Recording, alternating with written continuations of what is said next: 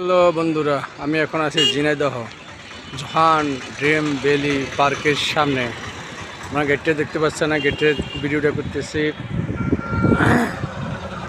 আপনাকে দেখতে পাচ্ছেন আমি সাতপুর থেকে আসছি এই অঞ্চল ঘোরার জন্য, দেখার জন্য। তাই তার অংশ হিসাবে এই পার্কে আসলাম।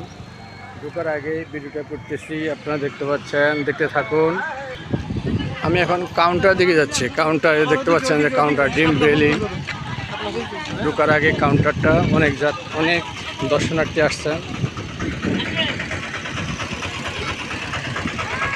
সকলে এই পার্কে ঢুকবেন।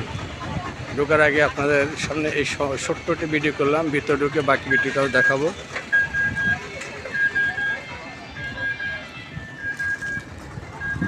আমি এখন কাউন্টারের সামনে আছি, কাউন্টার ঢুকবে, এখন ভিতরে যাবো, তারপরে বাকি ভিডিওটা দেখাবো।